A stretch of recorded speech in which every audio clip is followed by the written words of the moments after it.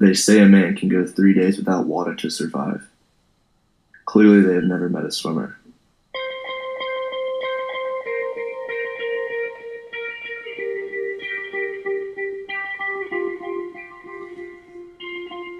Albert Einstein was quoted by saying that insanity is doing the same thing over and over again and expecting different results. Well, I guess you can call us crazy. Every morning, we get up at 5 a.m. to jump in a cold pool and then look at a black line for miles. And with this repetition comes progress. We push ourselves every day trying to get better. We reek of chlorine, our hair is fried, and we couldn't be happier about that.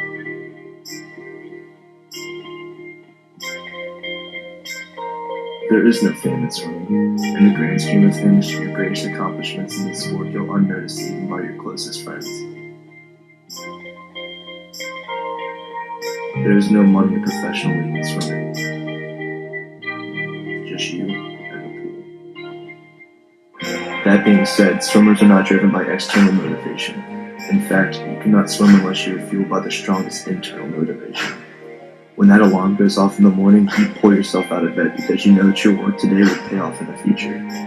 You know that all the sweat and tears were worth it. They don't make movies about swimming. You don't read about swimming in the newspapers.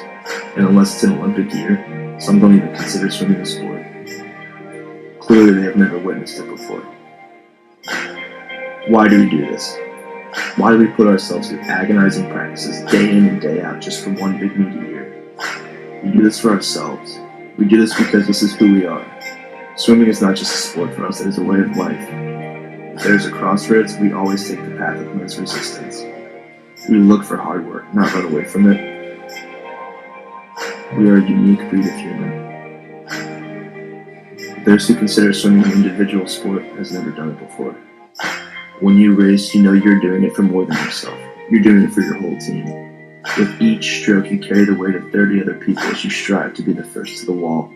And that weight is a burden you couldn't imagine your life without.